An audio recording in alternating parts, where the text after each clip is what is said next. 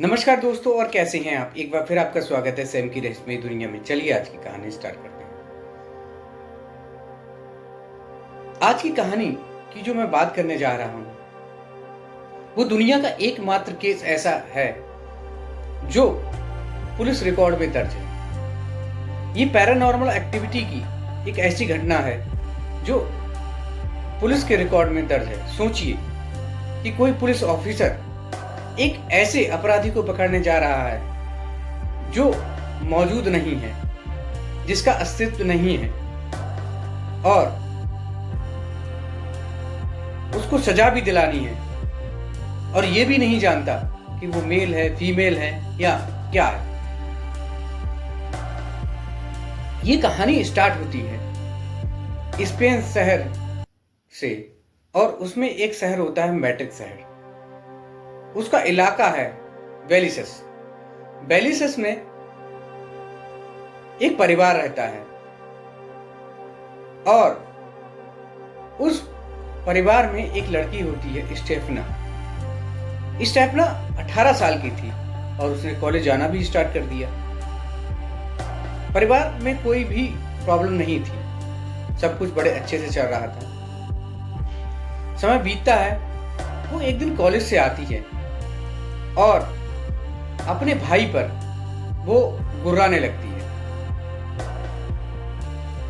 जब वो अपने भाई पर गुर्राने लगती है और साथ में वो सांप की तरह फुसकारे मारने लगती है, तो उसका ये व्यवहार परिवार को अच्छा नहीं लगता।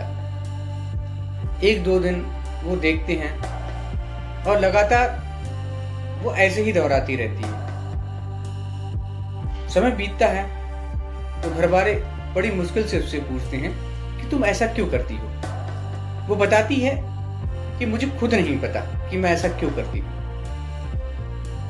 अचानक मुझे लगता है कि मेरे सामने कोई साया आया हुआ है और फिर मैं अपना आपा खो देती हूँ, और मैं ऐसा इसलिए करती हूँ। समय बीतता रहा। अब वो पड़ोस में ही एक डॉक्टर से ट्रीटमेंट कराने लगे, लेकिन दवाओं का कोई असर नहीं हुआ। समय बीतता रहा। उसकी ये मानसिक हालत अब खराब होने लगी। वो अजीब तरीके से चीखती, चिल्लाती, गुर्राने लगती। दिन ब दिन बढ़ता रहा। अब वो तय करते हैं, देखते हैं कि शायद इसके रूम में भूत प्रेतों की बहुत सारी किताबें हैं। वो उन किताबों को वहां से हटा देते हैं। लेकिन इधर समय बीत रहा था और उसकी हालत और वजन लगातार गिर रहा था। इतना होने के बाद वो देखते हैं अचानक बोरानिका का जो स्टेफने का जो घर था वो लकड़ी का था। आमतौर पर स्पेन में लकड़ी के घर बनाए जाते हैं। तो एक दिन उसके माँ बाप देखते हैं कि घरों पर नाखूनों, घरों की दीवारों पर नाखूनों के निशान है। शायद स्टेफना ने उन नाखूनों को मारा है। इतना ही चल रहा था, वो एक दिन तय करते हैं कि अपने किसी बड़े हॉस्पिटल में लेके जाएंगे। वो उसको एक बड़े सरकारी हॉस्पिटल में ले जाते हैं और वहां उसका इलाज और जांचें कराई जाती हैं। डॉक्टर जब जांचें उन्हें बताता है तो उसका शरीर बिल्कुल स्वस्थ था, मन मस्तिष्क में कोई प्रॉब्लम नहीं थी, बिल्कुल सामान्य था, और उसकी रिपोर्ट नॉर्मल थी। डॉक्टर भी इस चीज को देखकर बड़े अचंभे में थे। समय बीतता रहा, कुछ समय हुआ था। अब एक दिन उसके माँ बाप को अचानक खबर मिलती है कि स्टेफना की उसी सरकारी अस्पताल में मौत हो जाती है। डॉक्टर और उसके घर वाले इस घटना से बहुत परेशान हुए। रिपोर्ट में जब वो चेक करते हैं तो उसमें हार्ट अटैक थी। उस समय 1992 की मैं बात कर रहा हूँ। 1992 में हार्ट अटैक आना अपने आप में बहुत बड़ी बात होती है। अब स्टेफना की मौत हो चुकी थी। स्टेफना का कैथोलिक रीति रिवाज के साथ अंतिम संस्कार किया जाता है, जैसे कि इसमें दफनाया जाता है।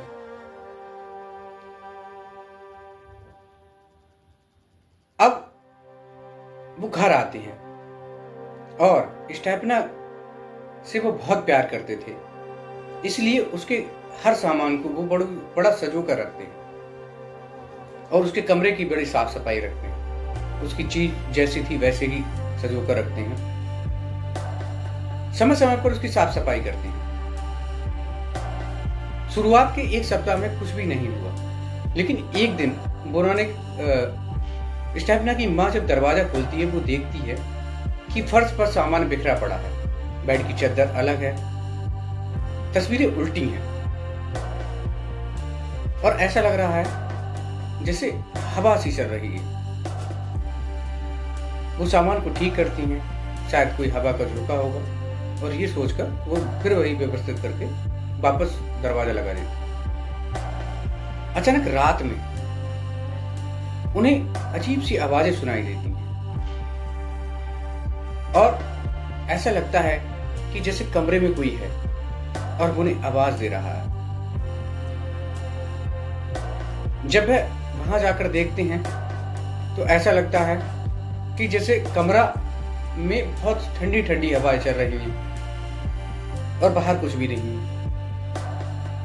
जब ये सब चीज वो देखते हैं तो थोड़ा डर से जाते हैं। अचानक देखते हैं कि स्टेपना के मरने के बाद उन्होंने कारपेंटर से जो दीवारें स्क्रैच की हुई थी उन्हें सही करा दिया था, लेकिन वो देखते हैं कि उन पर फिर स्क्रैच आए हुए हैं। फिर ऐसा लग रहा है किसी ने उन्हें खरोंचा है। वो थोड़ा सा और डरते हैं और दरवाजा को बंद करते हैं। सुबह फिर कारपेंटर बुलाया जाता है और कारपेंटर बुलाने के बाद में उन दीवारों को फिर प्रॉपर सही किया जाता है। अब हर दिन का यही सिस्टम होने लगा। उनके कमरों से अजीब सी आवाज आने लगी और ऐसा लग रहा था कि जैसे कोई बहुत दर्द भरी आवाज है। वो चीख रहा हो उस कमरे से, ममा ममा, जैसे कि स्टेपना अपनी मां को बुला रही हो। ये सब चल ही रहा था। उन्होंने सोचा क्यों ना इस बात को पड़ोसियों को बताया जाए, लेकिन वो डर गए। क्या पड़ोसी इस बात पे यकीन करेंगे? शायद हंसी बनाए। जब उन्होंने पड़ोसी को ये बात बताई तो पड़ोसी भी इस बात से एग्री किया। उन्होंने कहा कि हाँ, हमें भी कुछ समय से आपके घर में से ऐसी ही आवाजें आ रही हैं, लेकिन हमने आपको डर की वजह से नहीं बताया।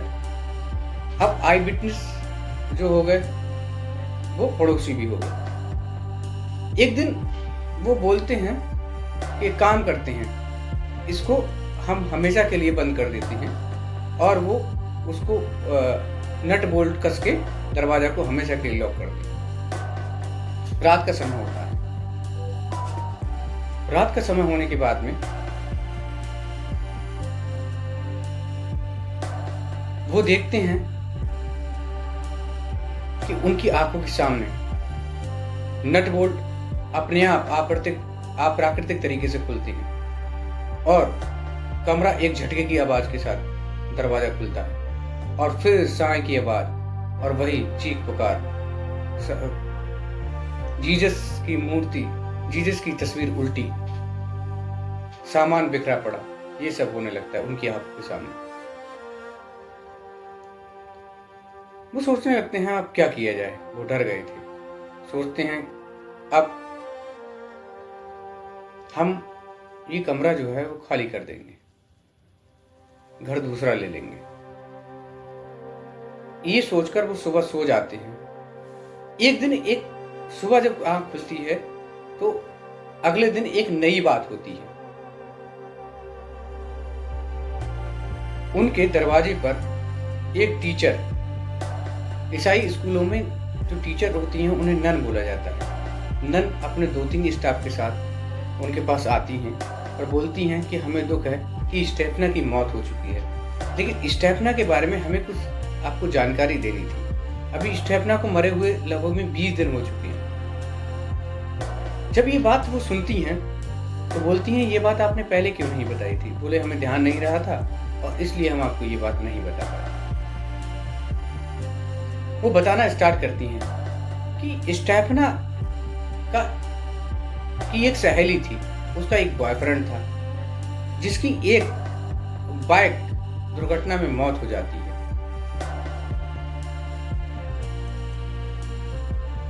अब नन ये बताती हैं कि एक की दिन की बात है, मैं अचानक अपने स्कूल के पीछे देखती हूँ कि कुछ बच्चे हैं। वहां जाकर देखती हूँ तो स्टेफना अपने 4 दोस्तों के साथ में खड़ी है और उनके बीच में एक लकड़ी का कार्डबोर्ड है जिस पर एक गिलास रखा हुआ। साथ में पीछे से मेरे एक टीचर और आती हैं। अब मैं ये देखती हूँ कि आखिर ये क्या कर रहे हैं। तो मुझे बड़ा आश्चर्य होता है। वो एक एक करके उस गिलास पर उंगली रखते हैं और शायद किसी के साथ कम्युनिकेशन करने का इरादा था। जब स्टेफना की बारी आती है, जैसे ही स्टेफना उस गिलास को टच करती है, गिलास हवा में उड़ जाता है। अब इतना मैं देखती हूं, वो टीचर बताती है, तो गिलास हवा में ही था उस टाइम। मैंने उन दोनों को बहुत डांटा। मैंने कहा, ये क्या कर रही हो? और उस कार्डबोर्ड को मैंने फाड़ दिया। जब मैंने देखा तो उस गिलास में से एक धुआं सा निकलता है और हम 2 टीचर और 4 लोग, वो मतलब टोटल मिला के हम 6 लोग हैं। वो निशाना, जैसे कोई निशाना साधता है, सीधे स्टेफना की नाक में जाकर घुस जाता है। मैंने उनसे और बात की, टीचर बोलती है, तो बताती हैं कि स्टेफना जो है वो भूतों से बात करती है। उसके पास एक ऐसी शक्ति है, या उसने ऐसी रिसर्च की है, वो भूतों से बात करती है। अभी जो ये उसके बॉयफ्रेंड को बुला रही थी जिसकी बाइक दुर्घटना में मौत हो गई। जब उसके पेरेंट नन जो डेट बताती हैं, उसकी टीचर जो डेट बताती हैं, और उस डेट जब उसने व्यवहार में चेंजेस किए थे, वो लगभग एक जैसी ही थी। उसके बाद से ही उसके व्यवहार में चेंजेस आना हुए थे। इतना कहने के बाद वो टीचर चली जाती। रात होती है। अचानक उसकी माँ देखती हैं कि बोरोनिका की, स्टेफना की जो तस्वीर होती है, वो बेड से नीचे गिरी हुई थी और हल्की सी दरार आई हुई थी। उसकी माँ उस तस्वीर को उठाती हैं। जैसे ही उठाती हैं तो उन्हें बड़ा अजीब सा लगता है और स्टेफना के पिता भी बगल में खड़े थे और वो उसे एक झटके के साथ फेंक देती है। जब ये वो देखती है, उसके पिता ये चीज देखते हैं, तो उन्हें बड़ा दुख होता है कि ये अपनी बेटी से इतना प्यार करती है, ये एक झटके में कैसे उसकी जो फोटो है उसको फेंक सकती है। वो उस फोटो को उठाते हैं तो उस फोटो में उसके चेहरे पर तुरंत आग लग जाती है। अब ये आग जब लगती है तो ना तो फ्रेम पर आग थी, ना नीचे बदन पर आग थी, केवल स्टेफना के चेहरे पर आग थी। ये देखकर वो बहुत डर जाते हैं और उस तस्वीर को फेंककर वापस कमरे में चले जाते हैं। थोड़े समय के बाद, इससे पहले हालांकि ऐसी घटना नहीं हुई थी, अब वो अपने कमरे में सो जाते हैं। देखते हैं रात में कि स्टेफना की मां जोर जोर से चिल्लाने की कोशिश कर रही है। शायद उसे किसी मदद की जरूरत है। जब उसके पिता उसके पास पहुंचते हैं तो देखते हैं कि स्टेफना की मां बताती है कि मुझे ऐसा महसूस हो रहा है कि जैसे किसी ने मेरी गर्दन जोर से दबाई है। इस बार वो लोग बहुत डर जाते हैं अभी तक हालांकि इतनी घटनाएं हुई थी, उन्होंने कभी पुलिस को इन्वॉल्व नहीं किया, लेकिन इस बार उन्होंने पुलिस को कॉल करने की सोची। वे सीधे पुलिस को कॉल करते हैं, पुलिस की टीम वहां आती है और आने के बाद में वो पूरी घटना पूछते हैं क्या हुआ था। जब वो पूरी घटना बताते हैं, पुलिस वाले कहते हैं कि हम स्वयं निरीक्षण करेंगे इसका। वे कमरे में जाते हैं तो कमरे में उन्हें आंधी जैसी आवाज आती है, जैसे बहुत तेज आंधी चल रही है, ठंडी ठंडी हवाएं चल रही हैं और बाहर का मौसम एकदम नॉर्मल है। वो उस माँ बाप से पूछते हैं, क्या इस घर में तुम्हारे अलावा कोई और भी है? वो कहते हैं, नहीं, इस घर में हमारे अलावा कोई नहीं है। अब उनकी बातों से और पड़ोसियों आई विटनेस से ये कंक्लूजन निकाला जाता है कि कोई ना कोई तो है इसमें, लेकिन अब किस पे केस किया जाए, किसे पकड़ा जाए, ये पुलिस के सामने समस्या थी। वो वापस आते हैं और कहते हैं कि हम इसको सुबह निरीक्षण करेंगे। सुबह होती है, माँ बाप और पड़ोसी बताते हैं कि ये जो घटनाएं होती हैं केवल रात में होती हैं।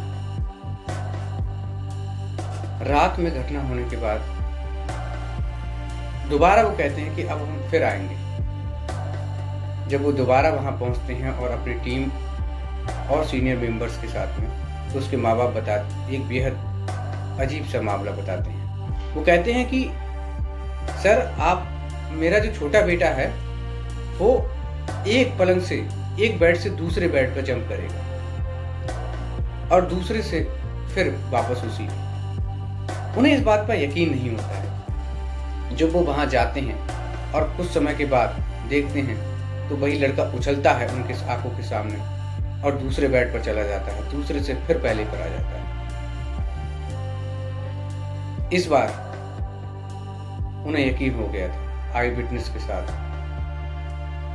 वो वापस आते हैं, एक रिपोर्ट बनाते हैं। तब तक ये बात मीडिया में फैल गई। लोकल न्यूज, नेशनल न्यूज सब में फैल गई। पुलिस ने इंटरव्यू दिया और इंटरव्यू देने के बाद में फिर ये निष्कर्ष निकाला कि स्टेफना के घर वालों को वो घर छोड़ देना चाहिए। वो पहले से ही तय कर चुके थे कि घर छोड़ देंगे और पुलिस की हिदायत के बाद वो घर छोड़ देते हैं। आज लगभग 36 साल हो गए इस घटना को। आज के बाद कोई ऐसी घटना नहीं हुई जिससे स्टेफना के परिवार को कोई हानि, वो वहीं तक रह गया। अच्छा हुआ पुलिस की सजेशन मान लिया, नहीं तो क्या हो।